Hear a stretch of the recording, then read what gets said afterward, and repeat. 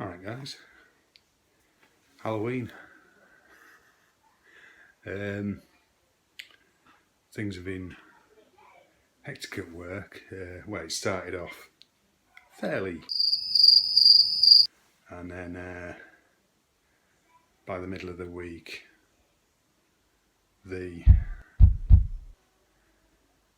and it just got absolutely crazy. You know, working a bit of extra time on an evening and what have you, making up stuff that, you know, needed to be out basically as the stock came in to do it. Then I got home Friday night and it was this little man's birthday, always is, day before Halloween. Guess what he's into? And then so we had all that sort of thing to go through, you know, and presents and stuff. Put Batman there.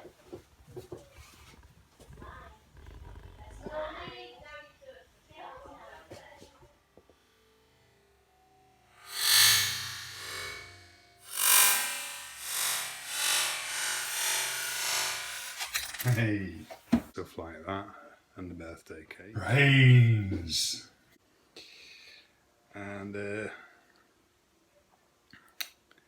And now today, well, I've got to disappear shortly. In about an hour, I'll be setting off for just this side of Barnsley actually. Somebody in the family decided they wanted their wedding on Halloween, and it's fancy dress. So I'm going as... I ate his liver with some fava beans and a nice Chianti. So yeah, it's all a bit sort of go. I haven't bought any meat yet, and I probably won't be finishing this vlog until tomorrow in the aftermath. So I'll be back tomorrow, guys. Now then, guys, so it's the next morning. I've still got the wife's wheelchair in the back, actually. I just realised that. Yeah, I always pull him forward when I get the wife out, and then that way I've got her on the footpath side. So I have to reverse out the next time I go out. But yeah, so it was quite late when I got home last night. So I went out to a place near Barnsley for this Halloween wedding, and they wanted a bit of fun, wanted us all to dress up and what have you as well for the do light.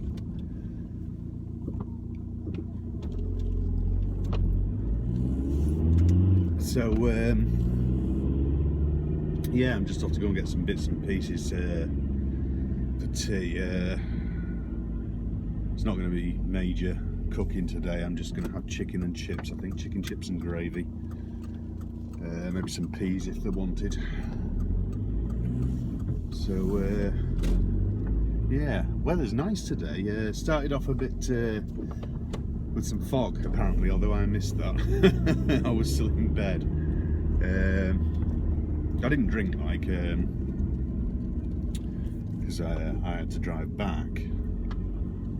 But yeah, we had an okay time actually. It yeah, I mean, it's a reasonable ride out for a party, but you know, it was okay.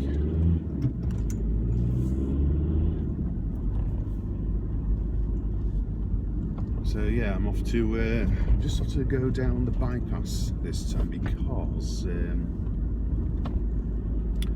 I've been told we have a local farm that's just off the bypass. I've been told their potatoes are back in season.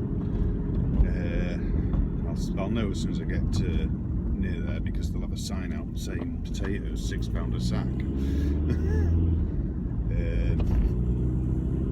In which case I shall be picking up a sack of potatoes. I think I can get them in. They'll go on the back seat if nothing else.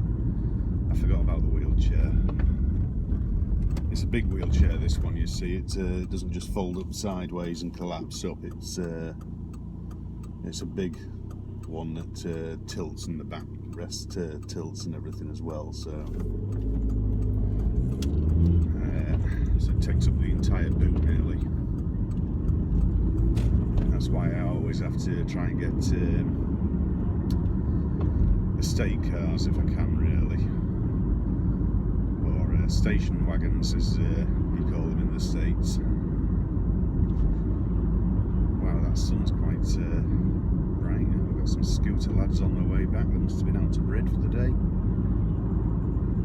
So, blimey, that sun's pretty strong now. It's still a little bit hazy.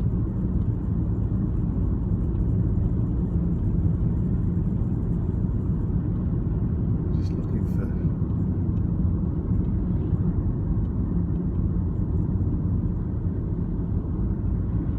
Can't see any signs yet. Well, maybe I can. Yeah, I can. Right, I'm going into the farmyard.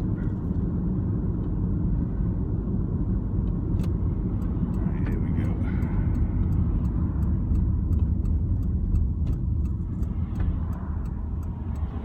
Right, we've just got to cross a cattle grid here.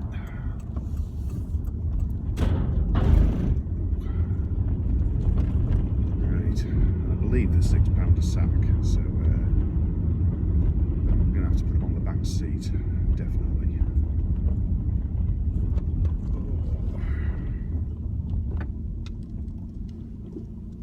Yeah, there's some in there.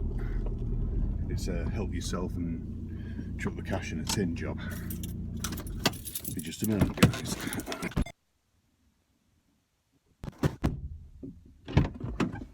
Oh, yeah. Right.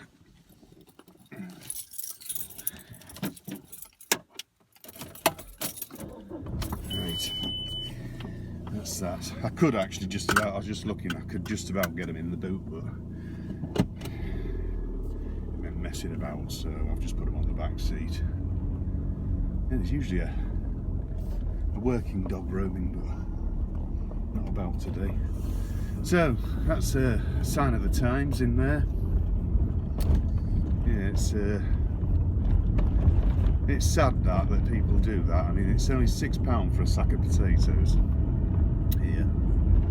I mean, obviously it varies depending on how rare the potatoes are at the time of year, how scarce they're becoming. You know, sometimes I've seen them as much as £10 a sack here. And it always used to be they just had a little table in there and just an old biscuit tin without a lid on, and you could like throw a tenner in and get your change out, and you know, everybody was just honest about it, and it would appear that people have just stopped being honest, so they've had to do away with that. And in there now is a steel pole with a solid steel welded box on it, slot cut in the top and a padlock on it, and it's all rolled into the concrete floor. Sign of the times, unfortunately. So yeah, I never like to see that, you know, that sort of thing moving on. You know, you like to think you can trust people.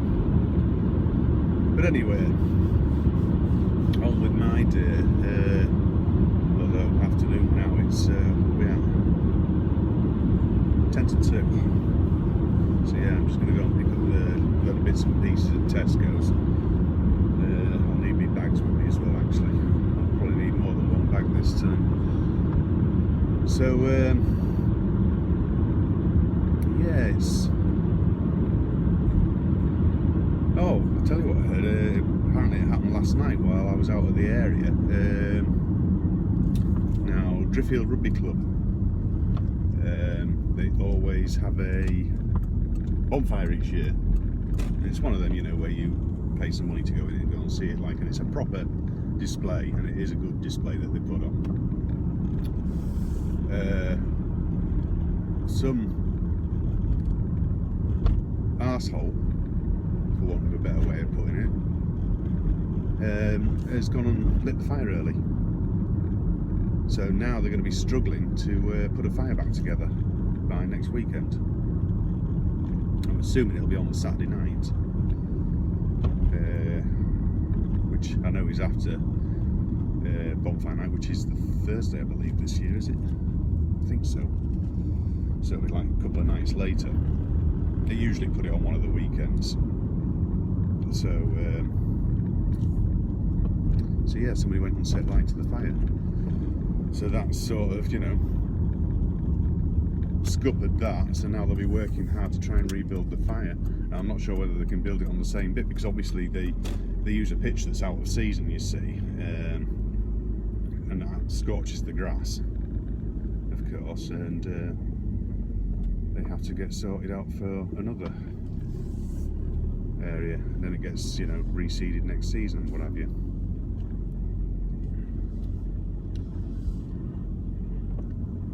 So yeah, I hope they catch them. It looks fairly quiet in the town today.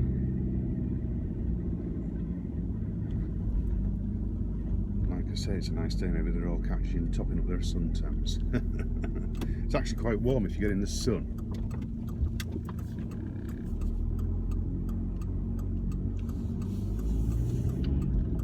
Yeah, it's actually quite warm. It's bright, that sun, and obviously because it sits low on the horizon, it gets right in your eyes. It's quite bright. So November now, which means I'm gonna now then, is it November the 4th or something? They're gonna start putting the iPad Pro on sale. I can't remember now, but obviously I'll be interested in looking at pricing structures and what have you on that, because that's what the wife wants for Christmas. So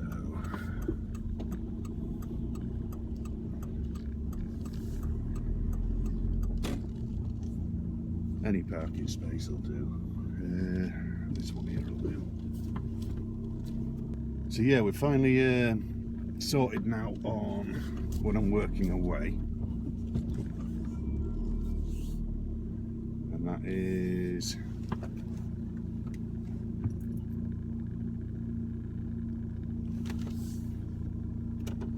I'll be leaving for the south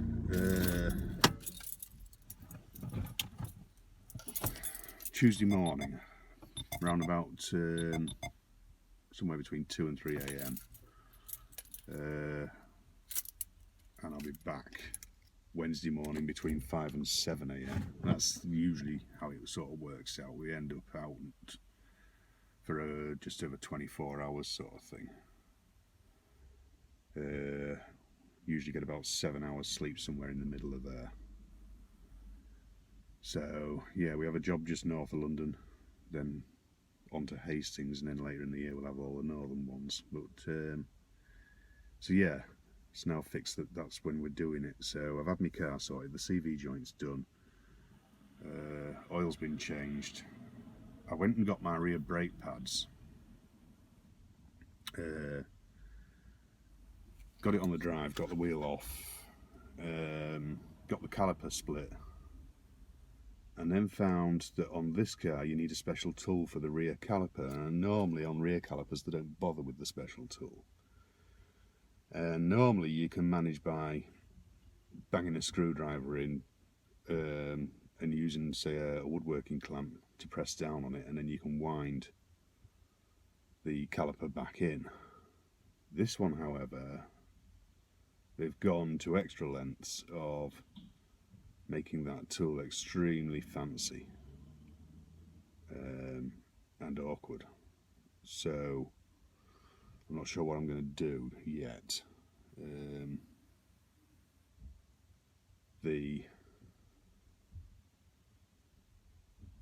But basically it ended up in the end, I couldn't get hold of another, what was it, my son, he had some of my tools, and I was unable to sort of like carry on where I sort of wanted to carry on with it, and it was getting too dark anyway. So basically what I did was, as it happens, the pads that were in weren't particularly badly worn. It was more the wear pattern that was causing one of them to fall against the disc and screech going around corners. So what I did was I flipped them over for now, and put the most warm one to the outside. Yeah, because it's your inner one that tends to wear more. The discs could probably do with changing, but they'll survive. So when I get back, I'm going to get a weekend on it and get them lifted and get it, and get it all sorted out and get me rear pads changed. So anyway, I'm off to go and get this stuff anyway, guys. Alright guys, tea's now running late. I had it all started on time and everything, and fortunately one of my wife's carers, who lives just a few doors down, kindly came up and stepped in while I went off to sort out the son-in-law's car. Basically he just needed jump leads. I mean, some bloke had said to him, "Oh, it's your starter motor," and I said, "I don't think it is your starter motor." I said, "It's more like in your battery. It's probably got a crack plate or something like that. It'll turn everything on to full strength, so all the lights come on fine and all that. The minute you try and start it, it starts to, you know, and then what it was, the other guy had heard it clicking, you know, when it won't pre-engage properly, and you hear it clicking from the solenoid. So to know it's I went and did basically put the jump leads on and it started straight away. So what's happening is he's taking it to work, and my daughter's now going to take him home. So the only problem is getting him to work in the morning, and then of course we'll be going in my car anyway on Tuesday morning about 2 AM, something like that. If his car's not ready, I'll just pick him up. But technically, they'll probably be able to put a new battery on his car tomorrow at work, because the garage is literally a few doors down from us on the same industrial estate, you see, so shouldn't be a problem. So I've just got the last of the chips in now, and then I've got to carve my chicken and make some gravy, and then that's it. And then I'll have a couple of more trips out to the town, no, one more trip out to Driffield. And then that should be it for the evening. And then there's always something in there. So I've had quite a full weekend really, guys, and a painful week last week. And I suppose things can only get better, I hope. So anyway, guys, what was I going to say? There was what was it? There was something, I can't remember.